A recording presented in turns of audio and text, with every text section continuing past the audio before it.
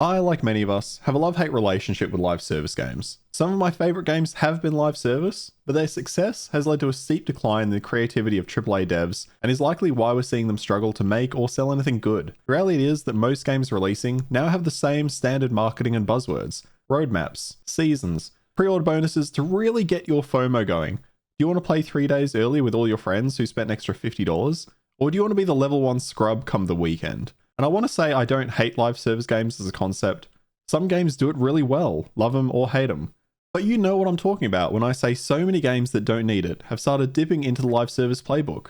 Star Wars Outlaws got announced, and I'm not even slightly tickled. It isn't live service, but it is taking notes from them. I should be frothing over this game, the 004 expansion, but its general monetization turns me off. Black Ops 6? Jesus fuck, we're at 6? Games used to be more focused on taking the best aspects of one another to innovate.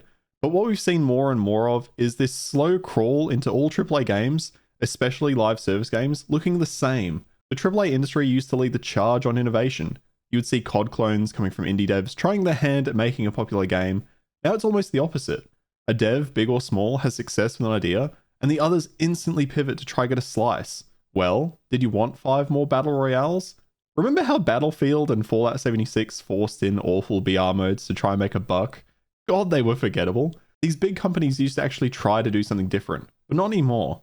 So let's break down why games as a service has led us here, and why they are so soulless. The first reason most of what we get is recycled is due to the focus on profit. And I can hear you saying, no shit, under your breath. But what I'm trying to highlight is that companies aren't looking at each other anymore to get a sense of why that idea succeeded, or why player attention was so strong for one title over another. Part of the problem is the decision makers, usually the publishers or executives who have no clue what makes a good game. Instead, they see a game profiting and look closely at their service model. It's their live service framework that gets poached, not the gameplay ideas that are actually successful. That's why every game now has a 3-day early access period, why every game has a battle pass, a shop, a roadmap, a tiered system of currencies designed in a way that you're always just slightly short of what you need, and to top it off is just a simple $2. And that's because getting you to spend just that little bit breaks the seal and makes you more likely to spend.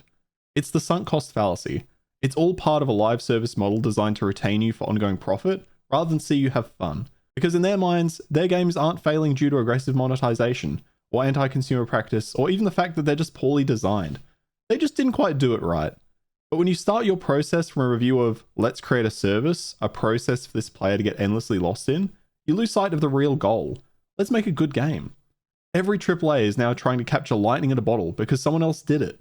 They see the profit and start with a framework to allow them to make the same without considering the fact you need a decent product prior to that implementation. They're trying to be SeaWorld. Fence in those whales and profit, baby.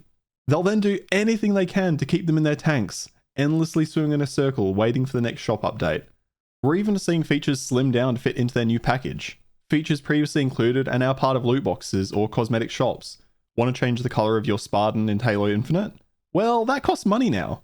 I can't remember which Halo game it was exactly, maybe it was a few of them, but I remember playing one of them and wanting to try get this super cool looking armor locked behind a challenge. Remember when you were in a lobby back in the day, you'd see someone with armor you wanted and you knew they'd beaten the game on Legendary or done some sick shit to get it.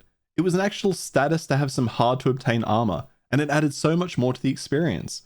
You had more replayability in the game because you had items and challenges to grind for, to peacock in lobbies. Now you're grinding dailies to earn a pittance, in the hope that 8 months down the line, you can afford a half-decent skin. But it's not even that satisfying to get it, because 5 of the people in the lobby all spent money to buy it. None of them want to create fleshed-out experiences anymore. They just look at a game and ask what they can trim down to fit into the battle pass. What kind of items can we hide behind paywalls? But we won't say it's pay to win, because you're using in-game silver, not actual money to buy something that increases drop rates. Like Blizzard saying Diablo Immortal wasn't going to be pay to win, and arguing that it still isn't despite the very clear patterns. And that's the second real reason. The consumer. People will buy this. Whales will whale. When we buy shit, we get sold shit. The problem is, it's all starting to look the same, and the consistent withholding of features to bring them in later as part of the roadmap has really brought the live service model to its knees. Will it go away?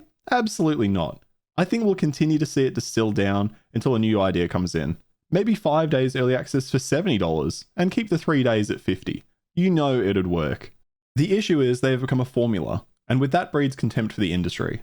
Most of the big devs we hate today were loved in the past, and many of these have been riding their reputations long past their use-by date. And with this formula, we are seeing top-tier developers bought up by larger companies, skinned for their IPs, given impossible tasks with impossible deadlines, and then we see them dismantled when it doesn't work out. BioWare used to be so well respected for their incredible open-world RPGs. Then EA pushed them into making Anthem, a live service attempt to compete with Destiny, and that dev has never been the same since. Side note, I fucking loved Anthem. Despite how incredibly broken it was, that game nailed the Iron Man power fantasy, and it's such a shame they didn't let them try to fix that game in the same way No Man's Sky revived itself. Finally, and this might be an interesting take, I want to hear your views on this in the comments. The constant use of FOMO tactics, and the way games are designed to make you grind and grind, keeps me from jumping into games I'd otherwise be interested in. Let me give you an example.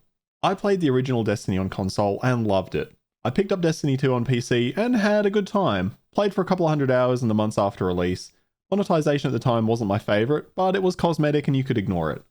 I know how they play. I like the gameplay loop. I've been saying to friends for the past couple of months now that I've been really feeling that kind of game again. A tight PvE shooter. Destiny's Final Shape expansion releases, and I have no interest at all in it. Because I remember playing Destiny 2. I remember there being a games as a service vibe. I remember grinding for hours. I had a decent time in that. But I don't want to return to a live service game I've not played for almost 5 years. Because there's just too much there now. I checked the Steam page and the DLCs are over $400 combined. And yeah, part of that is an emote bundle. A silver bundle I'd never take. But instantly I'm asking myself, well, do I need all of this past content? Do I need any of the guns from past seasons or expansions to be competitive? Is it even still available? Will I need to complete a bunch of old content to then be able to do the new content? Or will I instantly be leveled to match everyone else? But then, if I am instantly leveled, what is the point in playing? Because if anyone can jump in and play now and be competitive, what is the point of the last 5 years of grind for those who've been doing it? And what's the point of me grinding if I do play? I should point out, I don't give a flying fuck about Destiny's story. Not for lack of trying. I was interested in Destiny 1, but when a company must release an expansion every so often to keep their live service, well, live, the storytelling, the writing, it's generally okay at best because it's been created on a time frame to fit into. If you love Destiny, if it's your game, your baby, that's great. I don't want you to stop having fun. That's not my goal, that's no one's goal. And I think the game is decent. The point I'm making here is that the longer these games go, the harder they are to then jump into. I tried to Google for this video if I needed to play the previous content, and the first answer is you can jump in at Final Shape. Then I start reading a Reddit thread and there's mention of exotics I wouldn't have, and that it doesn't matter. Except when it does, and I'm instantly just less interested. I also remember feeling a lot of FOMO playing Destiny 2, and that was 5 years ago. I remember feeling like if I didn't jump in and do all my daily or weekly grinds, that I was falling behind, and that sours the idea of going back to me. Do you feel the same? I started playing Classic WoW with a friend when that released, and it made me want to play retail. But again, there is so much content there that I just feel I'm jumping in too late. And I think that's fine for World of Warcraft, a game that has been out for 2 decades. But when every game becomes a live service, I do feel like if I don't buy and play it at launch, then I just never will. Because I know there'll be locked content. Content I can't access because I didn't play at a specific time in its life cycle. Part of that is the completionist in me. I like to experience an entire game, or at least have the option to. I used to buy games a year or so after release just to try them out if I'd missed their initial release window. But I'm doing that less and less, often because of the sheer amount of time-limited content that is no longer available or because it's just so massive.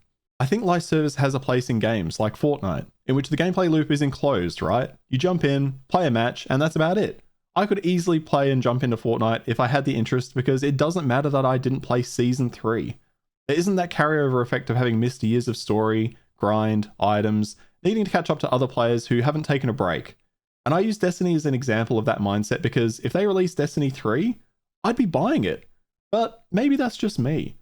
League of Legends came before the whole live service model appeared as well, as a free-to-play game with microtransactions. I played League for years non-stop with friends. I believe games as a service has a place, but it's best kept in those games with enclosed loops.